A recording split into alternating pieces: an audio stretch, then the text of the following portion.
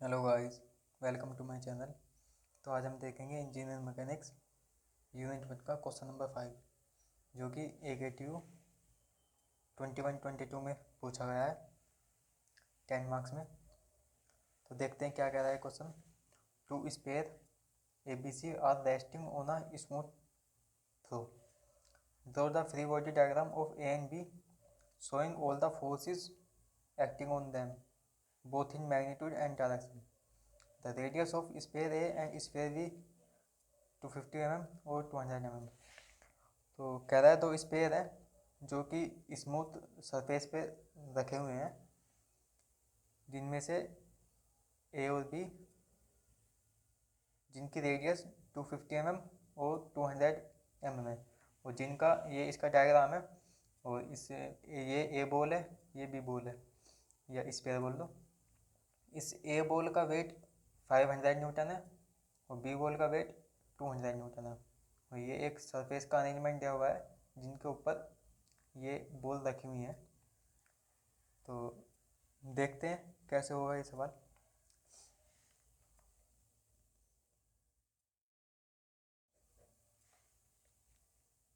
तो सबसे पहले इनकी जो हमें रेडियस दी हुई है वो देख लेते हैं कितनी है। आर ए कितनी दी हुई है, 250 mm, और R B equal 200 mm। Now अब हम इसमें किसी भी एक बॉल के सेंटर पे हम इक्विलिब्रियम इक्वेशन कंसीडर करेंगे। तो सबसे पहले स्पेयर बी पे कर लेते हैं, जो कि होगा केस 1।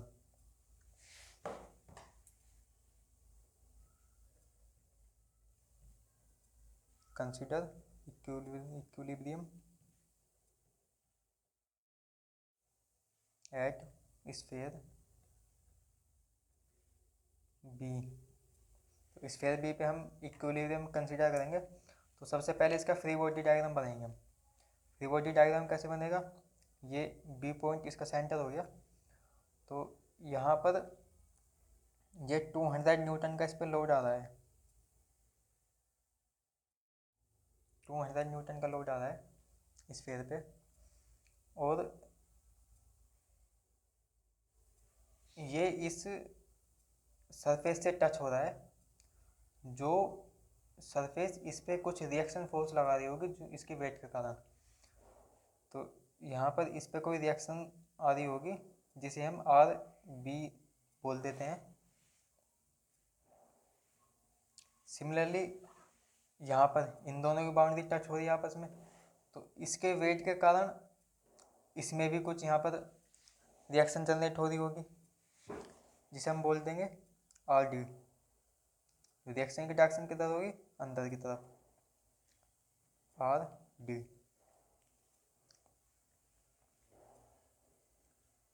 तो सबसे पहले हम क्या करेंगे, जैसे हमें पता है हम इन दोनों लाइनों को अगर ज्वाइन करते हैं, दोनों जॉइंटों को, और इसे एक ट्रायंगल कंसीडर कर लेते हैं। तो ये इसे अगर हम कोई भी पॉइंट मान लेते हैं, ओ पॉइंट मान लेते हैं इसे हम, तो इस ट्रायंगल को हम यहाँ बनाएंगे,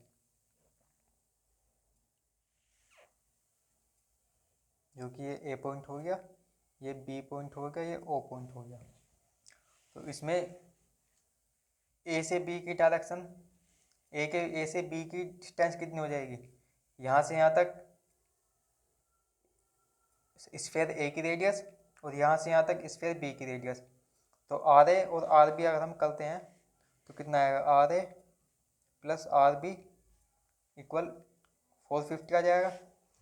तो ए बी की लेंथ तो हो जाएगी हमारी 450।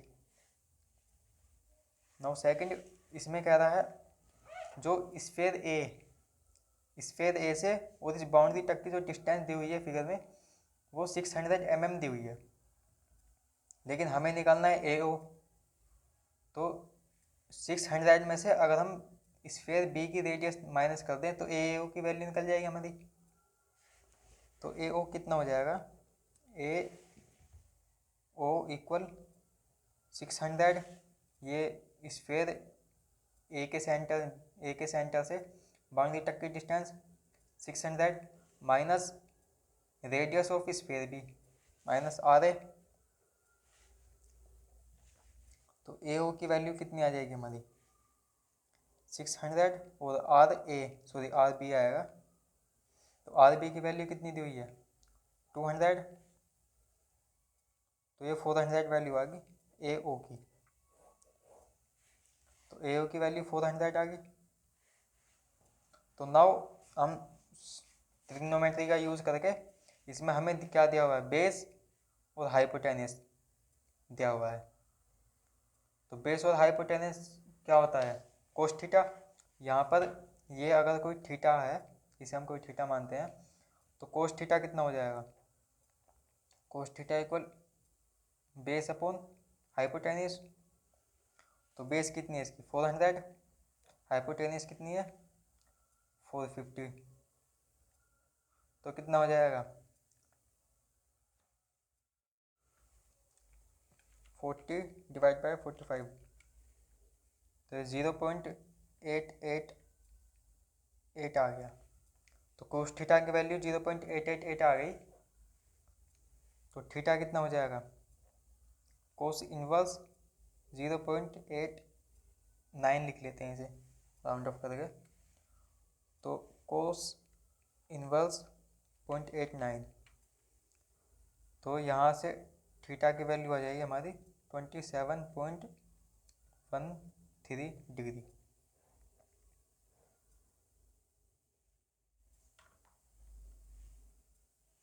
तो यहाँ पर जो ये थीटा बन रहा था, ये कितना है हमारा 27.13 डिग्री।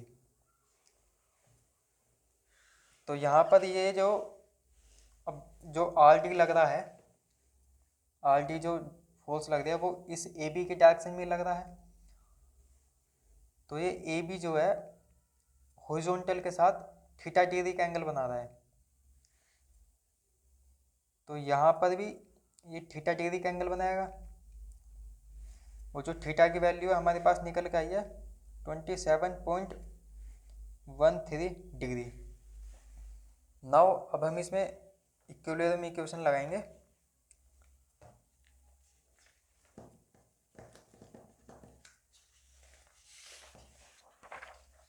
तो सबसे पहले हॉरिजॉन्टल इक्विलिब्रियम इक्वेशन लगाते हैं।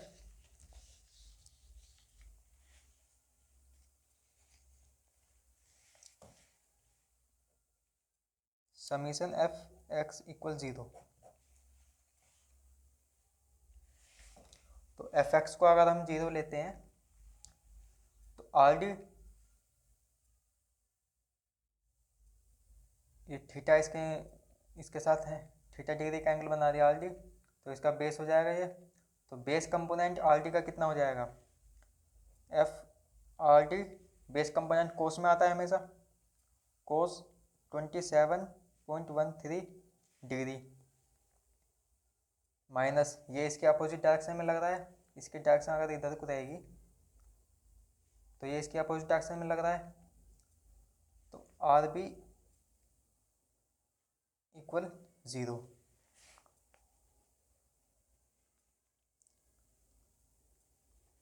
तो यहाँ से जो आर बी की वैल्यू आएगी हमारी वो कितनी आ जाएगी, F R D cos 27.13 degree. तो आर बी को अगर हम सॉल्व करके लिखें तो एफ आर डी, इसकी हमें वैल्यू पता नहीं है अभी, कोस 27 की देखते हैं कितनी आती है 27.13 एफ आर डी इंटू 0.89। तो ये एक इक्वेशन बन गई हमारी, इसे इक्वेशन 1 मान लेंगे।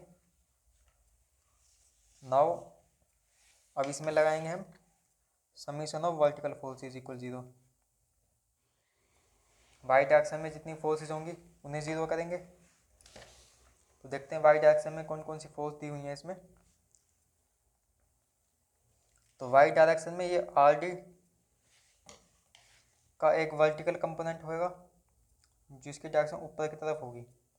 तो वर्टिकल कंपोनेंट कितना आएगा, ये हॉरिजॉन्टल कंपोनेंट कोस में आता है, वर्टिकल कंपोनेंट हमेशा साइन में आएगा। तो R D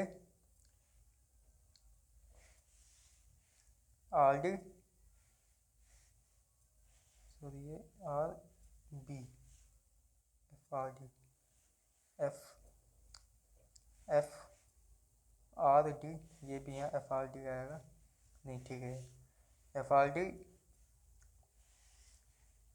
sine theta, theta की वैल्यू है 27.13 डिग्री, माइनस 200 न्यूटन नीचे की डायरेक्शन में लग रहा है, इसके अपोजिट डायरेक्शन में, तो ये माइनस में आ जाएगा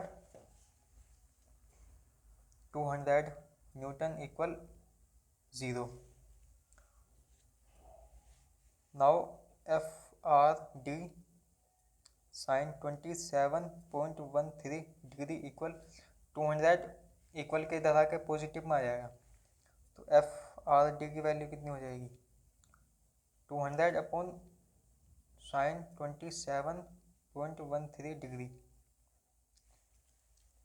तो एफ आर डी की वैल्यू हो जाएगी हमारी 200 डिवाइड बाय साइन 27.13,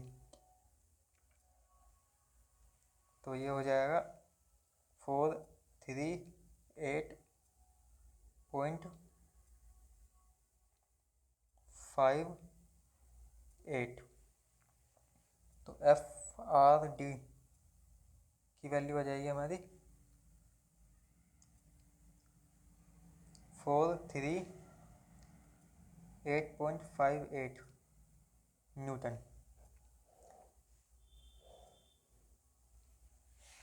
तो एफ आर डी की वैल्यू निकली थी हमारी। अब इस वैल्यू को हम इक्वेशन 1 में पुट कर देंगे। यूजिंग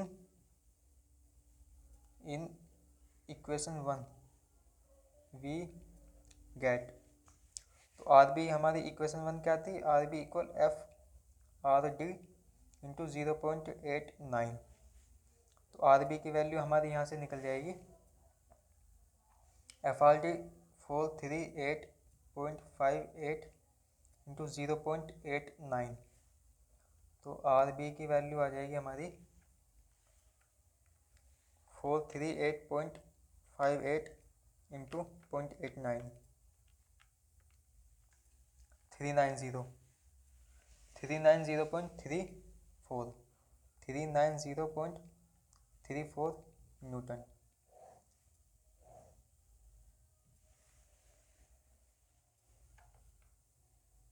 तो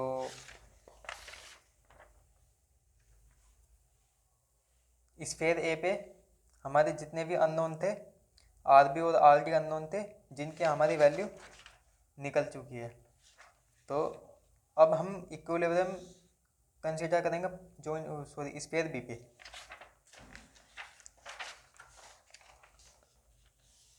तो लिखेंगे considering second case, considering equilibrium at sphere A, sphere A. तो स्फीयर ए पे हम इक्विलिब्रियम कंसीडर करेंगे। तो सबसे पहले अगेन इसका फ्री बॉडी डायग्राम बनाएंगे हम। फ्री बॉडी डायग्राम कैसे बनेगा,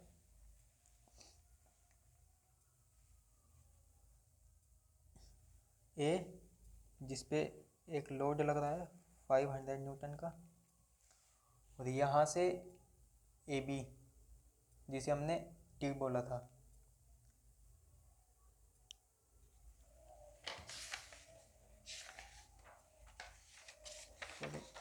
एफ आर डी हाँ,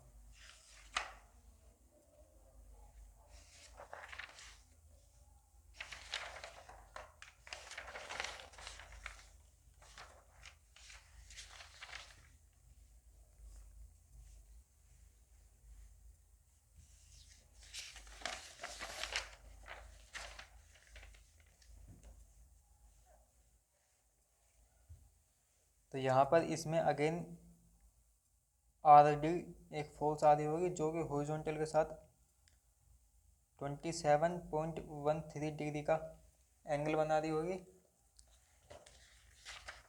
27.13 डिग्री का एंगल बना दिया। और इसमें एक, क्योंकि ये स्फीयर ए हॉरिजॉन्टल सरफेस के साथ भी कांटेक्ट में है, तो नीचे से एक इसमें रिएक्शन फोर्स लगेगी जिसे हम बोलेंगे आर ए। नाउ इसमें एक यहाँ एक रिएक्शन यहाँ जनरेट होगी,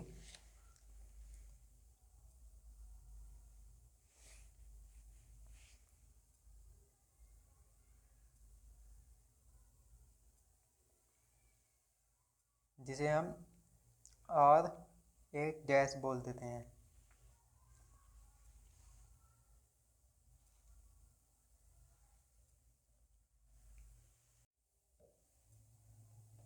तो अब इसे सॉल्व करने के लिए हमें एक ये एंगल फाइंड करना पड़ेगा। तो इस एंगल को हम कैसे फाइंड करेंगे, फिगर में देखते हैं।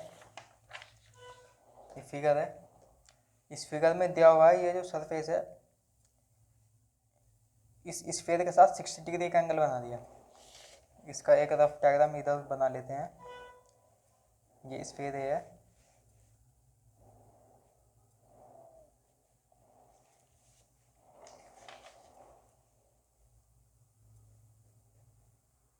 ये कुछ इस तरह से दिया हुआ है।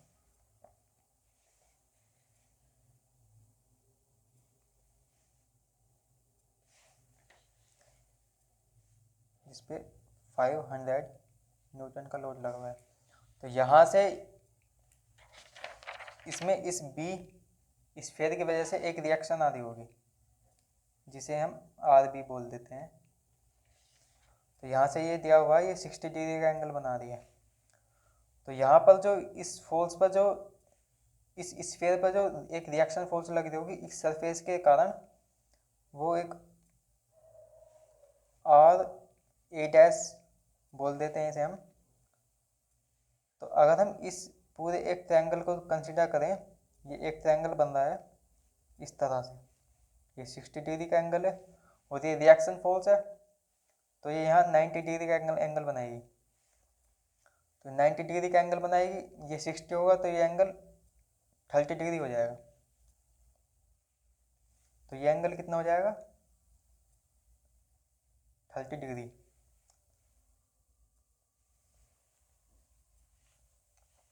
तो एंगल हमें पता लग गया, कैसे निकालेंगे हम। तो अब हम इसमें इक्विलिब्रियम इक्वेशन लगाते हैं। Take summation F X equal 0। तो हॉरिजॉन्टल फोर्सेस को हम 0 करेंगे इसमें। तो देखते हैं इसका ये आर डी का कोस कंपोनेंट आ जाएगा, R D cos 27.13 degree equal R A dash. इसका हॉरिजॉन्टल कंपोनेंट है क्योंकि इसके साथ एंगल बना रहा है, तो कोस 30 डिग्री। तो आर डी की वैल्यू हमें पता है, तो आर ए डैश की वैल्यू कितनी हो जाएगी, ये कोस 30 इसके नीचे आ जाएगा। आर डी कोस 27.13 अपॉन कोस 30। तो आर ए डैश हमारा कितना आ जाएगा, आर डी की वैल्यू हमारी कितनी आई थी,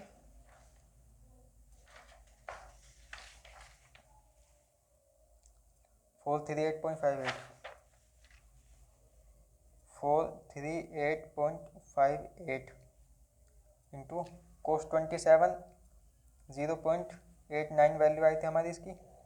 कोस 30 की वैल्यू होती है कोस 30 0.866। तो यहाँ आर ए डैश की हमारी वैल्यू निकल के आ जाएगी 438.58 इंटू 0.89 डिवाइड बाय 0.866। तो आर ए डैश की हमारी वैल्यू निकल गई 0.73 Newton.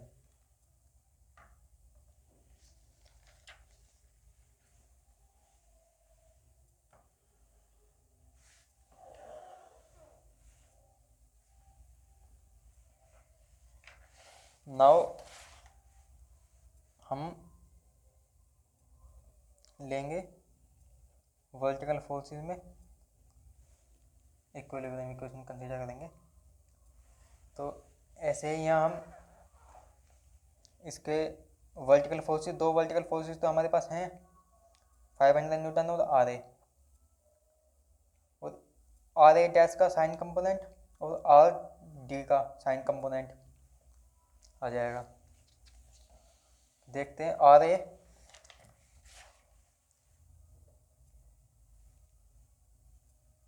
Plus R A dash sine 30 degree equal, क्योंकि इन दोनों का अपोजिट डायरेक्शन में है, तो 500 प्लस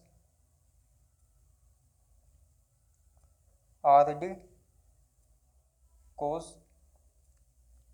साइन 27.13 डिग्री।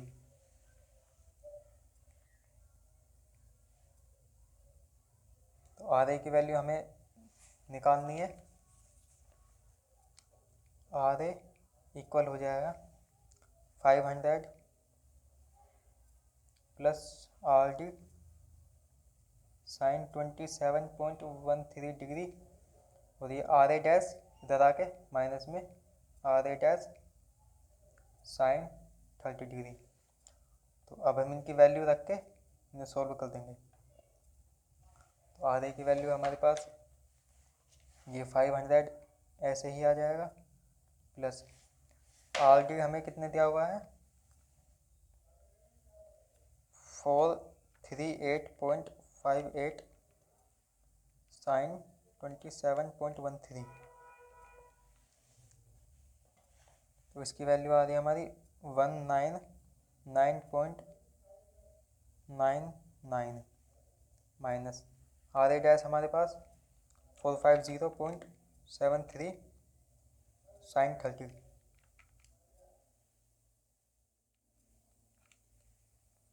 तो ये आ रहा है 225.365। तो अब हम इन्हें जोड़ेंगे, कितना आएगा 500 प्लस 199.99 माइनस 225.365। तो यहाँ से हमारे आर ए की वैल्यू निकल कर आ गई 474.625 न्यूटन।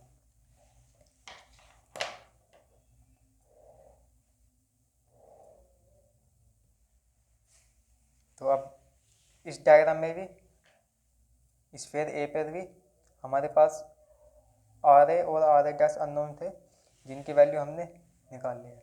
तो इस तरह से हम इस क्वेश्चन को सोल्व करेंगे। Thank you.